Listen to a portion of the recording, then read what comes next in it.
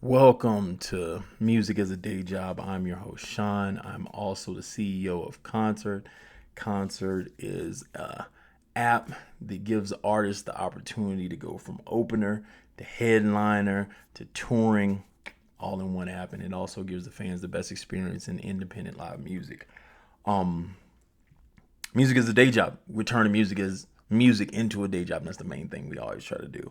So one of the questions I got because of my situation is to have a job or not to have a job. And now, see, here's the weird thing about this question because I will always tell artists have a job because you want to feed your family, of course. If you have the ability to, maybe it's just yourself or you live with your parents or something like that, then you have the ability to not have a job and you can kind of just do your thing, like just push whatever you push, and you might, and someone's helping you or something of that nature. But always feed your family first. So let's get that out the way. Always pay attention to what you need to live and survive, and you and your family need to live and survive.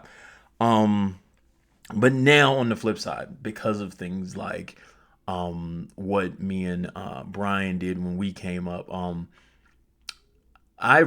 we really put ourselves with our back against the wall to kind of go like, hey, we got to figure it out. We want to figure out this. We don't want to work a job. We did that, and yes, the risk we took is very crazy in some aspects, and then in other aspects it wasn't. But we were all in. You know what I'm saying? And I tell artists, make sure you understand where you are in your music journey to say that you're either all in or that you can actually pull this off. Um, so I kind of want to split this into three different things, but then you'll kind of learn these as I'm going through them. When you can kind of cross over is when you see the monetary benefit of um, your actual shows or whatever you're doing. And so I always tell people it's around 150 fans per city. You're looking for probably 400 fans because let's just say $40,000 is what you're looking to like make or more. So you're looking at possibly $40,000, which is around $100 per fan. So you're looking at 400 fans.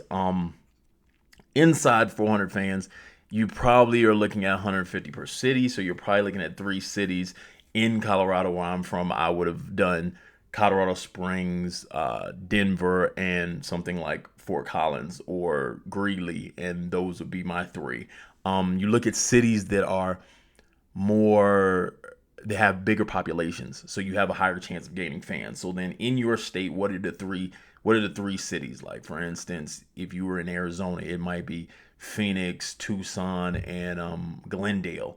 uh Other state, like if you're in California, it might be LA, which is hard to pull off in LA. But if you're in California, it might be San Diego, Sacramento, and San Francisco, or it might be LA.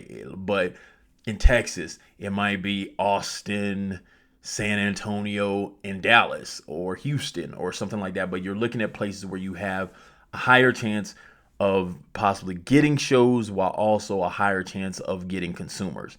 So in those places, you're going, hey, how do I get to these 400 fans?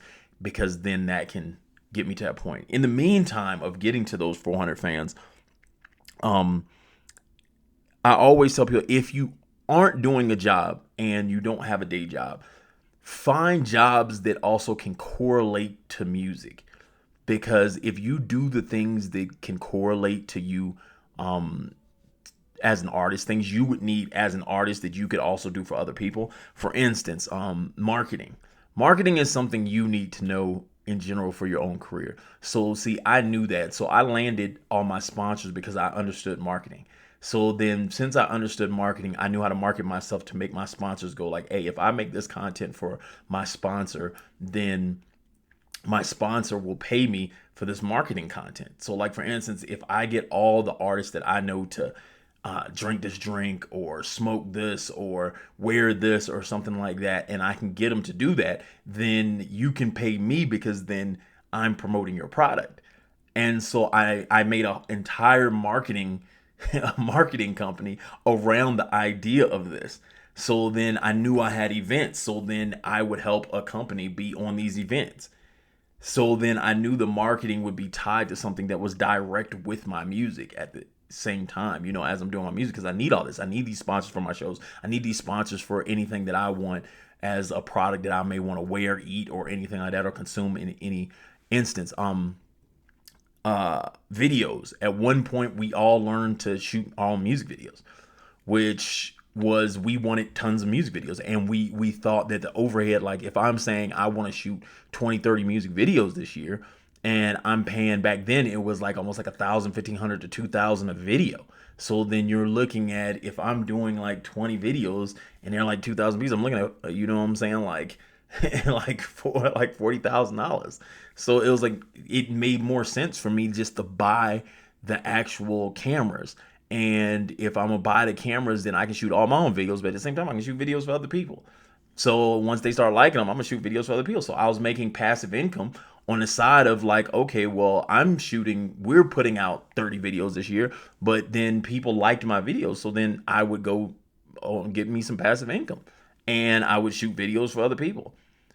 And you see how that correlates, because I'm already doing it. And then inside that, I was able to meet new artists that I would end up collabing with, and making excitement around like doing videos for artists that would jump on, like we'd have these little like almost like they're not raffles or anything like that, but it's like, who can make it on this beat or whatever like that, who can kill this beat the best, and the top 5 people that are gonna get on this beat, I'm gonna shoot a video for them. And then so you get that excitement to all the other artists, and then they see you as not only like a peer, but then they also see you as the man, kind of like, you know what I'm saying? So it kind of helps you out in a way, because you're doing all of the above.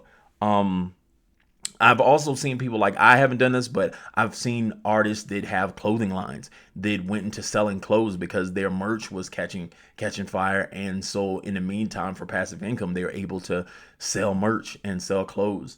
All these things are things that you can correlate as like side jobs that you can kind of do, that don't take away time from things you already have to focus on as an independent artist. And just understanding, knowing those income streams that as an artist that are inside being an artist, of course, as I always said, shows, merch, streams, features, sponsors, those types of things, knowing those and being strong in all those, because people just naturally think, oh, the only way an artist makes money is either he's on tour or his album sells a lot. And the majority of the artists that you actually know that are the most famous, the majority of their income come from other sources. They come from sponsors. They come from movie deals. They come from, as you see, when people get movie deals, they stop rapping. When they start getting like deals like alcohol deals and stuff like that, they slow down on the rap. That's because they start focusing on something else. But if you can correlate it to where you can focus on both of those even in the early stages, then you're already equipped to make money in multiple ways. And it doesn't like, you don't have to have the most amazing album this year or anything like that. You can have a good album and then also have other income streams. So you're not totally reliable on just one income stream or one source. You know what I'm saying? You want to expand that, because see, the thing is, and see, I hate that the industry kind of teaches us, just focus on being an artist, just focus on being an artist, as if the artists that are just focusing on being an artist are that amazing. It's not really like that, because look, listen to the radio. Just listen to the radio. If you think that they're so amazing that you can't touch them, then yeah, you probably shouldn't listen to anything I'm saying. If you think they're just that amazing that your music can't touch any of that, if you believe that. But if you believe that your music could be on the radio just like theirs and stuff like that, like this isn't the 80s when it's Michael Jackson. So you're not comparing yourself to Michael Jackson and Luther Vandross and Stevie Wonder and Marvin Gaye. You're not.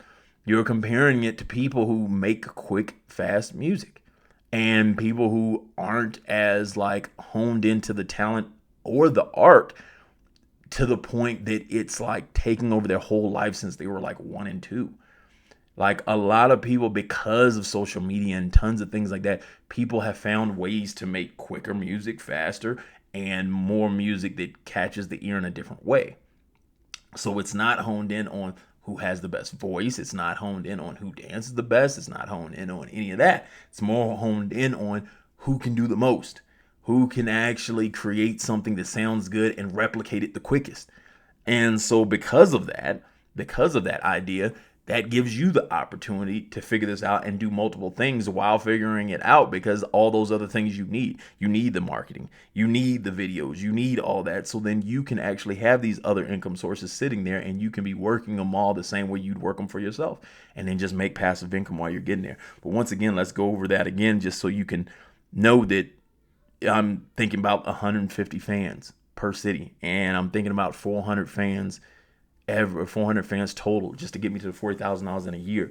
And that can be your starting point. If you feel you're getting close to that, even if you're at 100, 200 fans, if you think you can supplement income by doing one of these other things, and then you only have 150 to 200 fans and they're spending around $100 on you a year, and you're at 20,000 or 30,000, at points I was like that. Like I only have enough fans that I'm making like 20,000, like 10,000 in a year. I might be making like 10,000 in a year on my fans, like just like the 10 shows and stuff like that I'm doing, like the 10 to 20 shows that like are going down. And I'm like, on top of that, I need to make more income. So then I'm gonna shoot videos too. You know what I'm saying? So then I'm going to market and get sponsors too. So just think about that and understand how to strategically place that so you can transfer over to have making music your day job. And like, once again, this is not a statement to say just go quit your job. I'll never say go quit your job. Always feed your family first and everything like that. But if you feel that you can actually play it, do this correctly and get to that point, then make it happen. Make music your day job.